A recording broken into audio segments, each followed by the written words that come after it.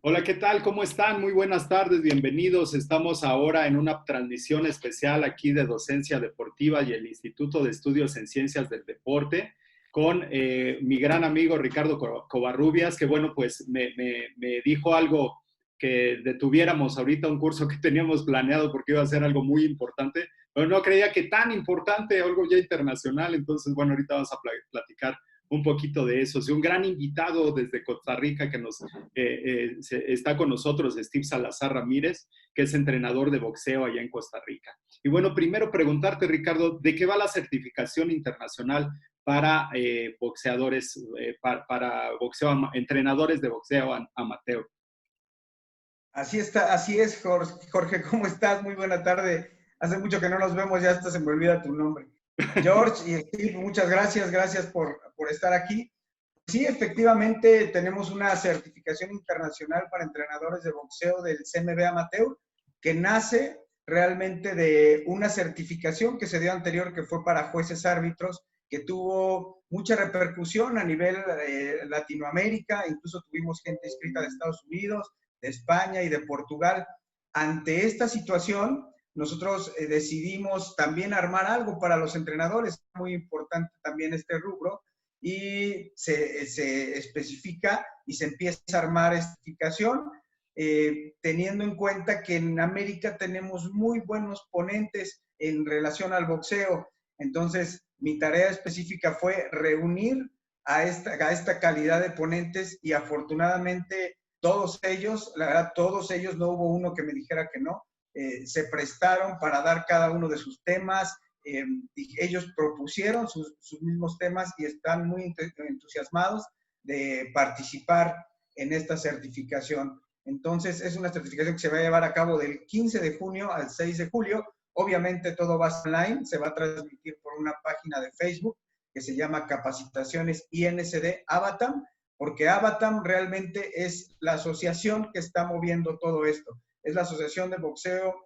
Amateur de Tamaulipas, que está a cargo del profesor Silverio Porras y el profesor Juan Carlos Tobar, y ellos son los que han conseguido los contactos con el Consejo Mundial de Boxeo, que encabeza el licenciado Mauricio Sulaimán, para que pudiéramos armar esta certificación que yo te podría decir que es la más importante que ha ocurrido en los últimos años. Van a ver ustedes los temas y de lo que vamos a exponer cada uno de nosotros y se darán cuenta que el aprendizaje que vamos a tener en 3 semanas va a ser muy amplio. Entonces, de ahí nace la idea, George, de ahí nace la idea precisamente de crear esta certificación y afortunadamente hasta esta mañana teníamos 812 inscritos. Ya, pero para esto todavía que tenemos unos días más para inscripciones, seguramente quizás podríamos tener más de 1000 inscritos en esta certificación. Entonces ahí, y tenemos 14 países que están interactuando ya con nosotros. Casi toda Sudamérica, en Centroamérica, bueno, tenemos algunos países, está Estados Unidos, España y Portugal. Todos ellos unidos en esta certificación que realmente va a ser algo sin precedentes.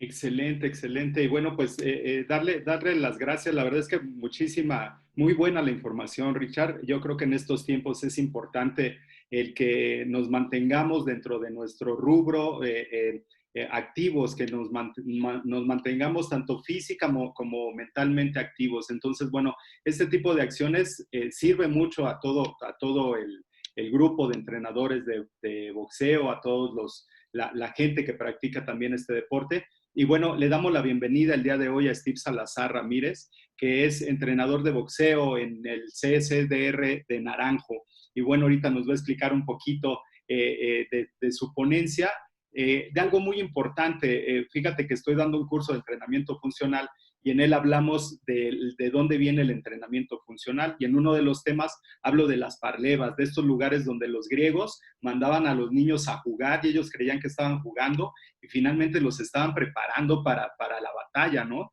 Entonces, bueno, ese tipo de gimnasios, los niños se divierten, desarrollan sus habilidades motrices, pero vas a hablar de un tema muy importante, cómo debe de estar diseñado. Ya hace rato estaba viendo en el Facebook que estabas trabajando con una escalera de coordinación, unas vallas, etcétera, para hacer ejercicios de coordinación. ¿Cuál sería la importancia de tener una estructura con estas características lúdicas, con estas características atractivas para los niños? Ha dejado de ser el boxeo ese deporte de órale, dale duro y pégale, y es ahora, podemos hablar de que ya buscamos características más lúdicas, características más atractivas para los niños, porque finalmente, bueno, pues los que van a dedicarse después al boxeo van a ser los niños, los papás son los que los llevan, pero los niños son los que van a elegir si siguen en el deporte o no. ¿Cuáles son las características y de qué va este tema? Si nos puedes adelantar un poquito, Steve. Sí, claro. Bueno, buenas tardes. Un saludo desde Costa Rica hasta México y los países que son partícipes de estas ponencias, de este curso. Sí, como usted lo decía, hay una metodología de aprendizaje que es aprender jugando. De cierta edad a cierta edad, los niños, por cuestión de crecimiento neuronal, cognitivo, conductual, no pueden ser sometidos a cargas físicas, a golpes excesivos, a un montón de cosas que antes era más de fuerza, de dale y vaya y empuje, sino que ahora nos basamos en metodologías de enseñanza según análisis mundiales que hay. Entonces, una de los temas a tratar es la estructura de gimnasio. La estructura de gimnasio consiste en ver deberes del entrenador, qué deberes tiene un entrenador, también cuáles son los alcances de que un entrenador puede hacer. Por ejemplo, un entrenador ahora en estos momentos tiene que estar capacitado para hacer una toma de presión, para tener un glucómetro, también para hacer una medición, de darle a conocer realmente a los jóvenes sobre el conocimiento informado, cuáles son las implicaciones legales del conocimiento informado, por qué llegan a entrenar boxeo. Tenemos que hacer ese análisis y ver realmente si es un niño que viene porque papá quería boxear y no pudo boxear y lo meto al boxeo.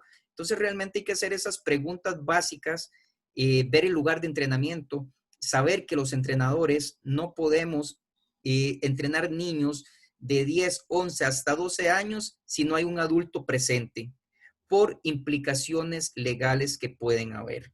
Sabemos que ahora son niños y niñas en el boxeo. Se tratan por igual.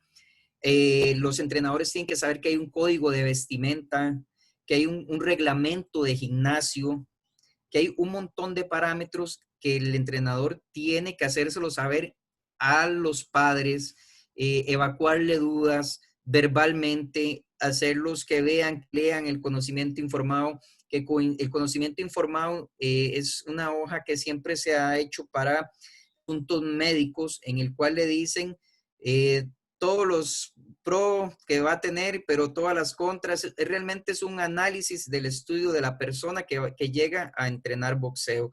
Si ha tenido lesiones óseas, si ha tenido lesiones musculares, si padece cefaleas, que es algo muy común, si tiene problemas motores, cardíacos, todo eso, el padre o el encargado legal tiene que hacerlo saber, porque en la experiencia propia te puedo decir que muchos llegan buscando en el boxeo, bueno, hasta una guardería se da que llegan buscando hasta una guardería, lo meto porque ya me está cansando. Ahora viene el auge de las tablets, celulares, y la mayoría, para que el niño se calle, lo que le dan es, tome, calles y te dan para que juegue. Entonces, nosotros como entrenadores tenemos que darle una validez al boxeo, realmente, con todos estos parámetros, que haya una estructura de gimnasio, hasta la presentación mía personal va a contar, el verbo que utilice para hablar, todo cuenta, todo suma. Resulta ser que el boxeo siempre se ha visto un deporte marginal, es la verdad, de hogares disociados, para lugares conflictivos. Entonces, está en nosotros poder cambiar esa etiqueta que el boxeo ha tenido. O sea, realmente, entre más nos profesionalicemos y dejemos el empirismo a mejores caminos vamos a llegar. Básicamente es todo. Aparte de eso, hay una metodología de enseñanza. En mi caso, de la escuela cubana, que viene ya con escuela de iniciación, enseñanza del boxeo, como también hay un tema importante, muchas veces por cupos en los gimnasios, nosotros no tenemos tanto tiempo y creemos que un niño se puede entrenar a la par de mayores, que los implementos de mayores van a ser los mismos implementos de los niños. Todas esas cosas tenemos que realmente estructurarla en el gimnasio para el beneficio del boxeador, del niño, de ese futuro niño. ¿Cuáles golpes son los que se pueden trabajar? ¿Cuáles partes físicas? Sí, hay que tomar en cuenta, hay que hacer un macrociclo realmente a futuro. Hay gente que llega con un niño obeso, obesito, entonces métase a boxeo y póngamelo a bajar 20 kilos en 20 días. No, jamás. Eso no se hace.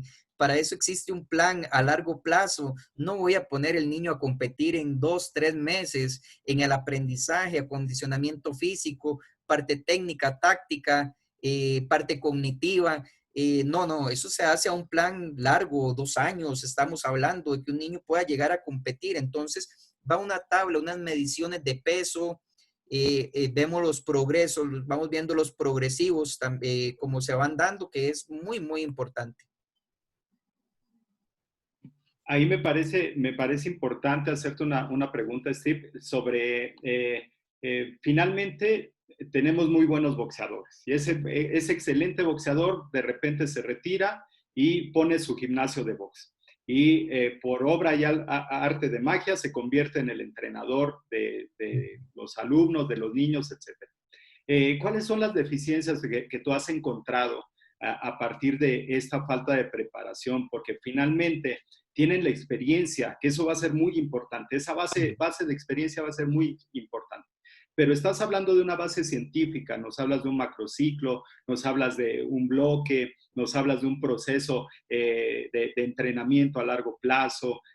¿Cómo un entrenador, y bueno, te lo digo porque hace unos 15 días más o menos estuve en una capacitación para entrenadores de box del estado de Jalisco, di un tema de entrenamiento funcional, lo hicimos por Zoom, todos entrenamos, pero bueno, yo dije, seguramente todos pueden saltar la cuerda y hacen saltos dobles. El único que no sabe hacer saltos dobles aquí soy yo, pero gran sorpresa que varios no sabían hacer saltos dobles. Entonces, uno de ellos dijo, yo domino muy bien este ejercicio porque lo he hecho toda mi vida. Y otro decía, yo no domino este ejercicio porque me he enfocado más a la parte de dar el entrenamiento. Soy entrenador de profesión, tengo una licenciatura en entrenamiento y finalmente me he dado más a la tarea de ser entrenador. ¿Cómo podría haber una sinergia entre esa parte empírica y esa parte práctica, esa parte vivencial que el entrenador estuvo ahí en el área, que estuvo ahí en el ring, pero al mismo tiempo no va a enseñar esas habilidades que a él le enseñaron hace 10 años? Les puse el video de Rocky ahí tratando de alcanzar a la gallina y les hablaba del entrenamiento funcional, de cómo driblar los conos, etcétera. Y después les puse el video de Creed, que Creed en 3 segundos agarra a la gallina. Luego, el contexto es diferente, los tiempos son diferentes, el aprendizaje es diferente, pero finalmente estamos hablando de una parte empírica y una parte empírica, vivencial, y una parte científica que tiene que ver con la academia. ¿Cuál es la importancia de seguirse capacitando? ¿Cuál es la importancia de seguir generando conocimientos para estas futuras generaciones, Steve? Sí, eso que usted dice es muy importante porque eso yo lo veo. Nosotros estamos en una constante evolución, ¿verdad? Como ser humano, métodos de entrenamiento, capacitaciones, pero ante todo, es saber dos cosas. Una, no tenemos la verdad absoluta, pero tenemos que regirnos por parámetros de estructura para poder llegar a eso. Y dos, tenemos que tener humildad para saber que siempre podemos aprender, que estamos en constante evolución y aprendizaje día con día. hay que sacar de muchas cosas positivas de lo positivo, pero hay que sacar más cosas positivas de lo negativo. ¿Por qué? Porque, por ejemplo, yo en esta pandemia saco cosas positivas. Yo te aseguro algo, si no hubiese habido pandemia, hoy no estaríamos acá, no estaríamos aprendiendo y compartiendo. Eso es una lógica.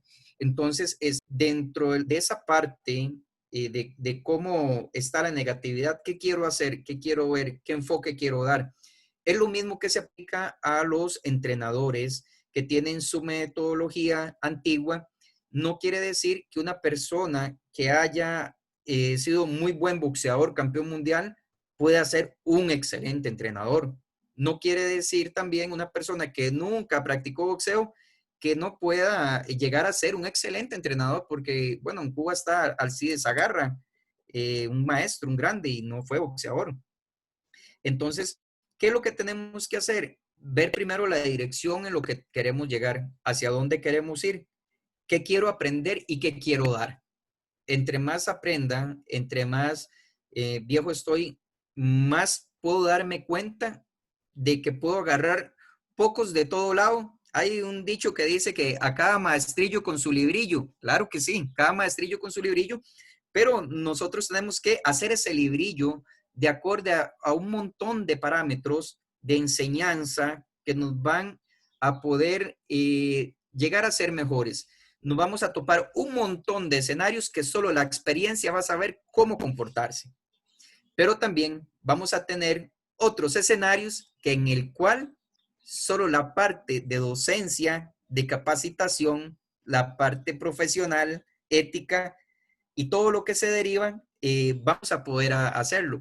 ¿Qué es lo que tenemos que hacer? Ser humildes, primero que todo, y agarrar esas dos fuentes y hacer una fusión y ver realmente lo que nos conviene, ¿verdad?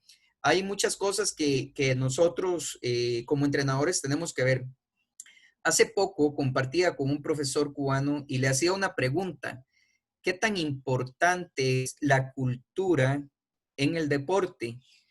Y es verdad, yo he sacado conclusiones tal vez conclusiones muy ligeras, pero te lo voy a decir.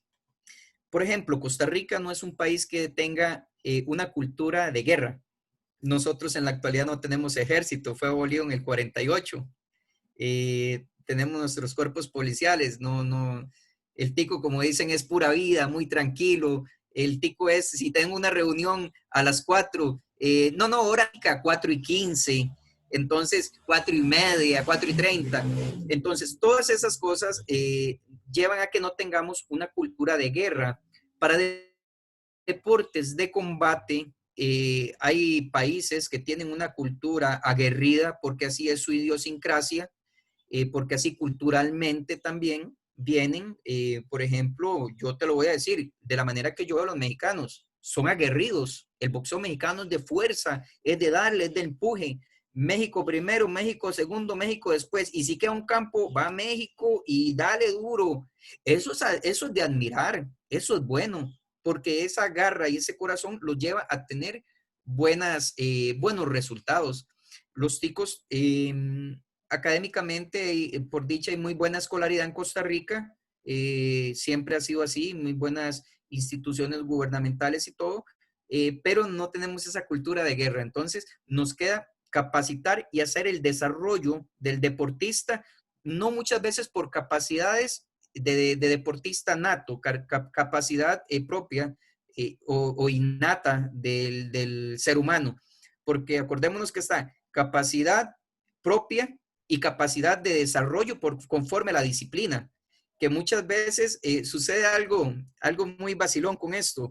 Resulta ser que te llegan 10 a entrenar, de los 10 ves a uno que te hace cosas con biomecánica, musculación, que agarran todo, son muy ágiles, pero resulta ser que es el más vago, que es el que no le gusta correr, que es el que viene de no sé dónde, que no le interesa mucho el deporte.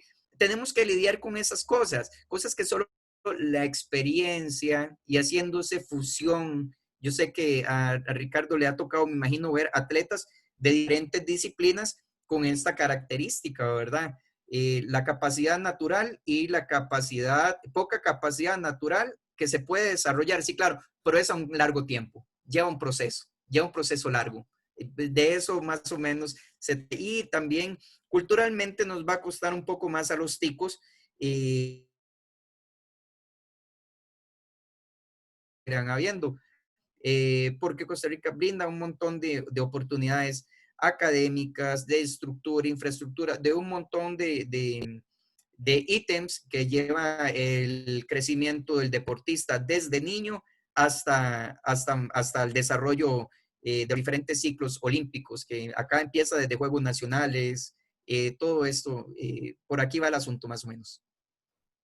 Excelente, excelente, Steve. Aquí mencionas algo muy importante que, bueno, finalmente hablas de dos características, dos capacidades y dos habilidades que debe de desarrollar el entrenador.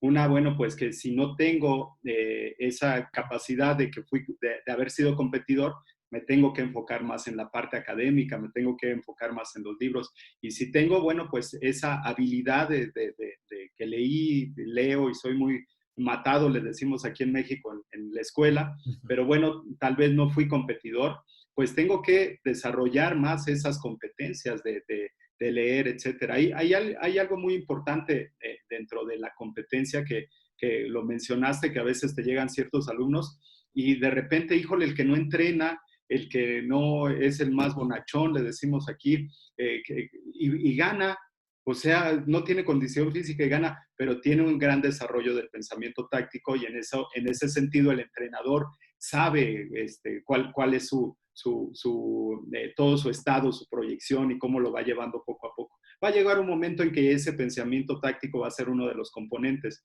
y va a necesitar desarrollar su fuerza, resistencia, rapidez, etcétera. Pero bueno, finalmente va a tener una muy buena base. Esto me parece muy, muy importante y muy relevante dentro del tema que vas a dar, porque bueno, como te lo mencionaba, no creo que sea exclusivo de México, yo creo que en todos los países, bueno, se da esta falta de capacitación, pero finalmente, como estos cursos que se presentan de forma gratuita, el entrenador lo único que tiene que hacer es registrarse, apuntarse y recibir ahí toda la información. Él ya tendrá que discernir sobre cuáles son las capacitaciones que debe de tomar y debe de tomar apuntes.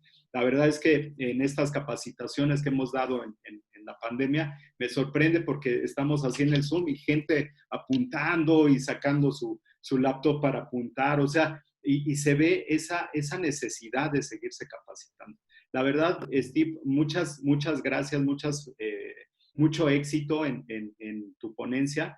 Y bueno, no sé si yo hace rato te busqué en el Facebook y ya te mandé solicitud, pero si alguien quiere ponerse en contacto contigo, recibir ahí un buen consejo, ¿cómo nos ponemos en contacto ahí contigo?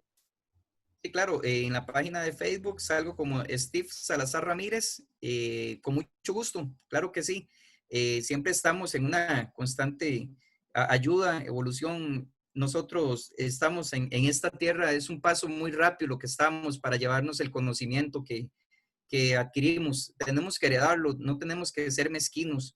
Alguien nos ayudó y tenemos que ayudar a alguien, así de simple. Esto se trata de tener, yo creo que esa fe de que podemos mejorarnos.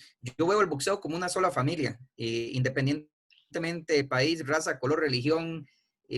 Siempre he querido verlo como lo ven los bomberos a nivel mundial. Si eres bombero en todo el mundo, así de simple. Da lo mismo es, de la Cruz Roja o sin esto. Vamos con la parte del boxeo también. Aquí yo en la ponencia voy a tener unas fichas que posteriormente las vamos a dar y posiblemente, ojalá para un futuro, hablaba la vez pasada, Ricardo, de hacer un libro que realmente tenemos que tratar de dejar cosas para la humanidad. Y tal vez este libro en mucho tiempo le ayuda a mucha gente y va a ser de gran ayuda, ¿verdad? Parte de la ponencia va enfocado en esa estructura del gimnasio que abarca ficha técnica, conocimiento, asentimiento informado, abarca también desfases del aprendizaje en niños, pero no solo en niños, eso es aplicable a todos, muchachos que tienen problemas, deficiencias biomecánicas, motoras. Nosotros deberíamos, en el buen sentido, agarrar a un joven de 15 años que ya venga exactamente formado, que sepa correr, ¿verdad? Y agarramos nosotros gente, atletas que vienen ya de colegio o secundaria y no saben correr, no saben ni tan siquiera la posición de la mano que sube y que baja. Entonces, esto nos trae a nosotros un desfase en el aprendizaje. ¿Por qué? Porque tenemos que enseñarlos a correr para que nos den un mejor rendimiento. Entonces, en cuál etapa es conveniente dar la parte técnica y el aprendizaje de los boxeadores, ¿verdad? La parte de las niñas también es una parte importante. La mujer es algo especial y tenemos que ver realmente que la mujer actúa en su organismo diferente al hombre, ¿verdad? Está su periodo ciclo menstrual. Nosotros los entrenadores no tenemos por qué saber, tenemos que dejarlo más bien a un acto de confianza de que la niña o la mujer llegue y diga, ok, estoy pasando por este periodo, no quiero entrenar, y tenemos que comprender y no exigir, ¿verdad? Esa parte es de suma importancia. Los entrenadores, entre más nos capacitemos, mejor vamos a estar para abarcar de una mejor manera el boxeo. Tenemos que ir también a veces un poco más allá. Si me preguntas en mi caso, yo con los muchachos de boxeo del equipo de Naranjo tengo que ser psicólogo, nutricionista, preparador físico, taxista también. O sea, abarcamos un montón de cosas, pero ¿hasta dónde debe de llegar el deber del entrenador y hasta dónde no? ¿Verdad? Acordémonos que pueden haber implicaciones legales. Eso es muy importante que lo sepamos. Es un límite que hay que demarcar. No podemos pasar de ahí. ¿Tenemos que ver el entorno social del boxeador? Claro que sí, tenemos que verlo, porque están expuestos a drogas, alcohol, todo lo que se refiere a psicotrópicos o mal manejo de su vida. También no podemos echarlos, sería tirarlos a la hoguera, como decimos acá, pero tampoco puedo permitir que vayan dañando su salud y por ende las de muchos más. Entonces, ¿hasta dónde llega el deber del entrenador? Tenemos que ver el entorno social. Me ha tocado el caso de niños que llegan a entrenar y yo les pregunto, ¿de dónde vienen? Del colegio. ¿Almorzó? ¿Tomó café? No, nada. Con lo de la mañana. O sea, ¿cómo cree que el niño me va a dar rendimiento a mí? O sea, no podemos. Ahí hay que buscar soluciones de alimentación, de tipo de beca, de ver nosotros mismos. Terminamos, a un final, yo sé que Ricardo es uno que puede compartir eso, terminamos sacando plata en nuestro bolsillo para terminar haciendo el desayuno, la merienda de un joven para que no llegue con un problema de salud o un problema que nos pueda dar al traste un problema mayor por no tener esa información. Esa información es de vasta importancia que el entrenador la sepa de primera mano. También, cuando un niño, en esto sí ocupamos, nosotros llegamos hasta un punto cuando un niño se nos presenta a la clase y resulta ser de que ese niño viene con abuso, ¿verdad? Puede venir de un abuso sexual, de agresión física, agresión psicológica. Entonces, estas cosas tenemos que canalizarlas y nos vamos, lo primero que hace uno es esto, se rascará la cabeza y a ver qué hago.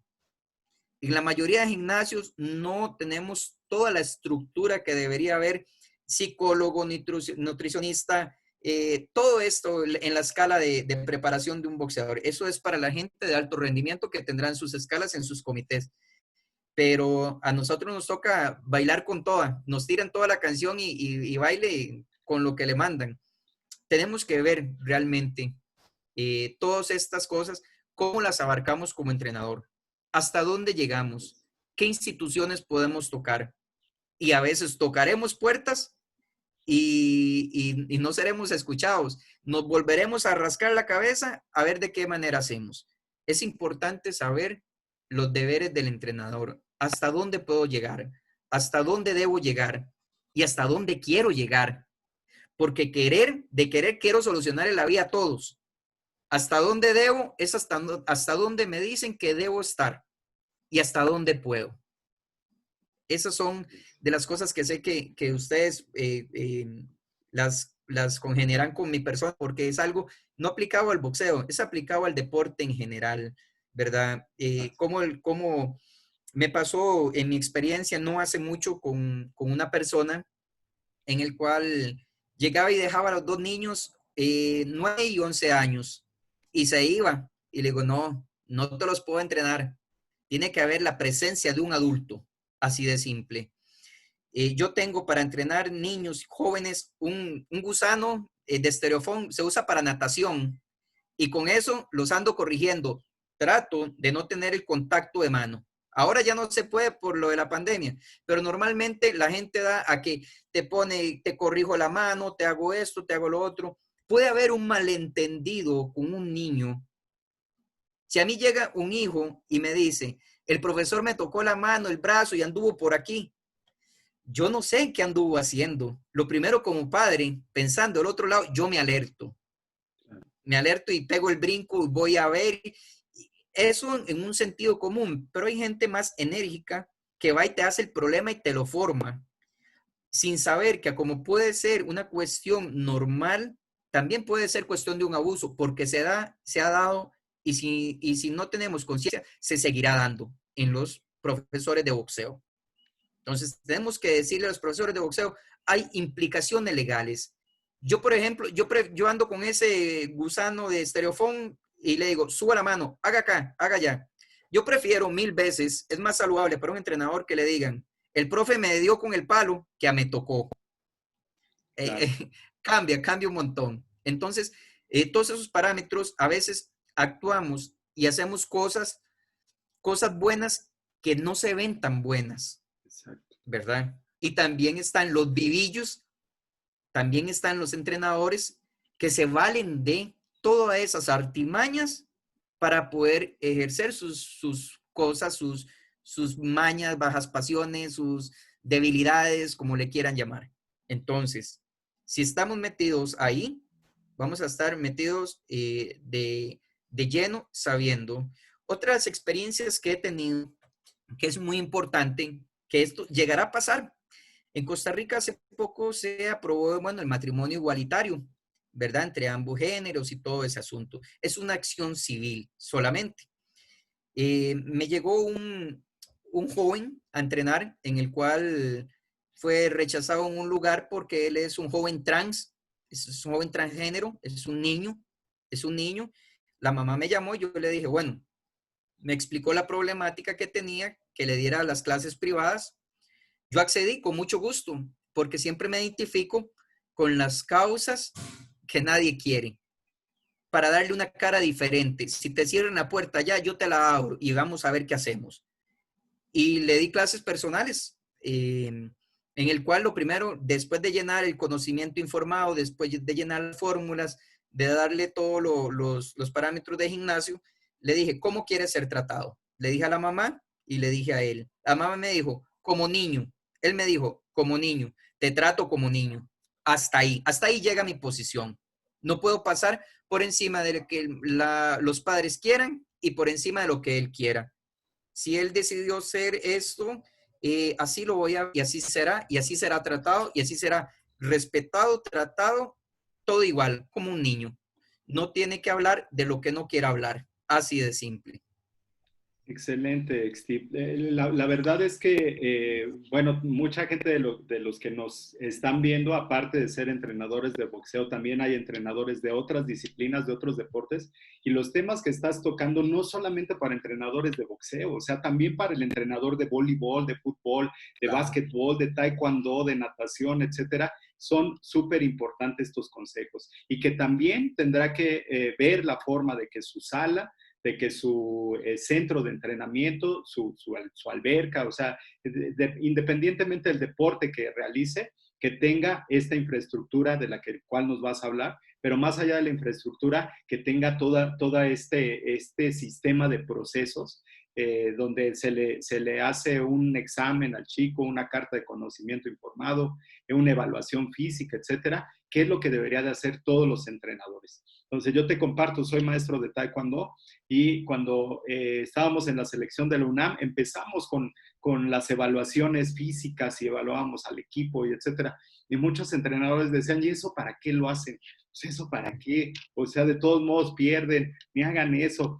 Le dije, no, es que yo no los estoy preparando para que ganen el siguiente torneo, lo estoy preparando para dentro de 4 años. En el 2010 quedamos en 4º lugar nacional con un presupuesto de los papás y los alumnos, ¿no?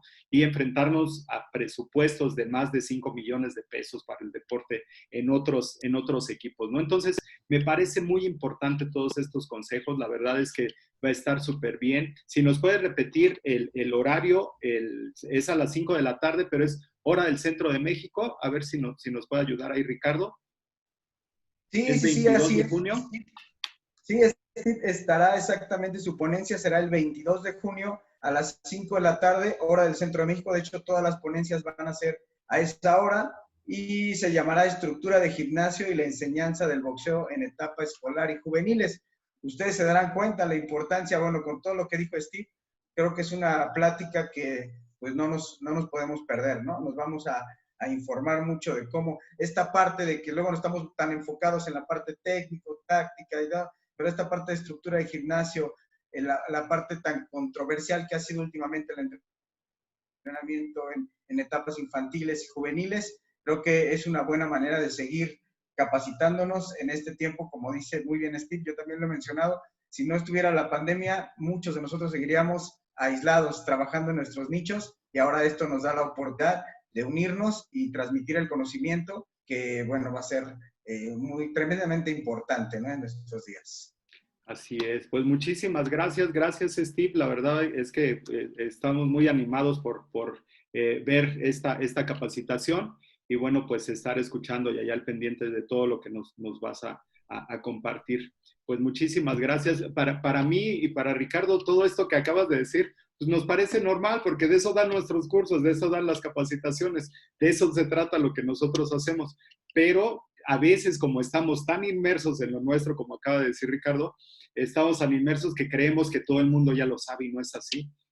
Todavía faltan muchos entrenadores que capacitarse, muchos buenos competidores que ahora tienen el ansia de ser entrenadores, que sean entrenadores científicos, que tengan todas esas bases. Y así como se entrenaron para un nacional, entrenando todo el año, preparándose disciplinadamente, también te tienes que preparar en esta parte científica, en esta parte de agarrar. Yo todavía le hago así porque soy de la generación de más para atrás de los millennials, pero ellos ya le hacen así, con un ebook, como lo mencionas, y estaremos al pendiente. Y ojalá, Steve, sí, nos puedas regalar posteriormente al evento, nos puedas regalar una plática donde hablemos de todos estos componentes que debe de tener el entrenador, que me parece muy importante, porque no todos los entrenadores están capacitados para entrenar niños. Eso es un hecho. Yo me hago cargo del equipo infantil. Sí, adelante, Steve. Usted acaba de decir algo muy importante. Para nosotros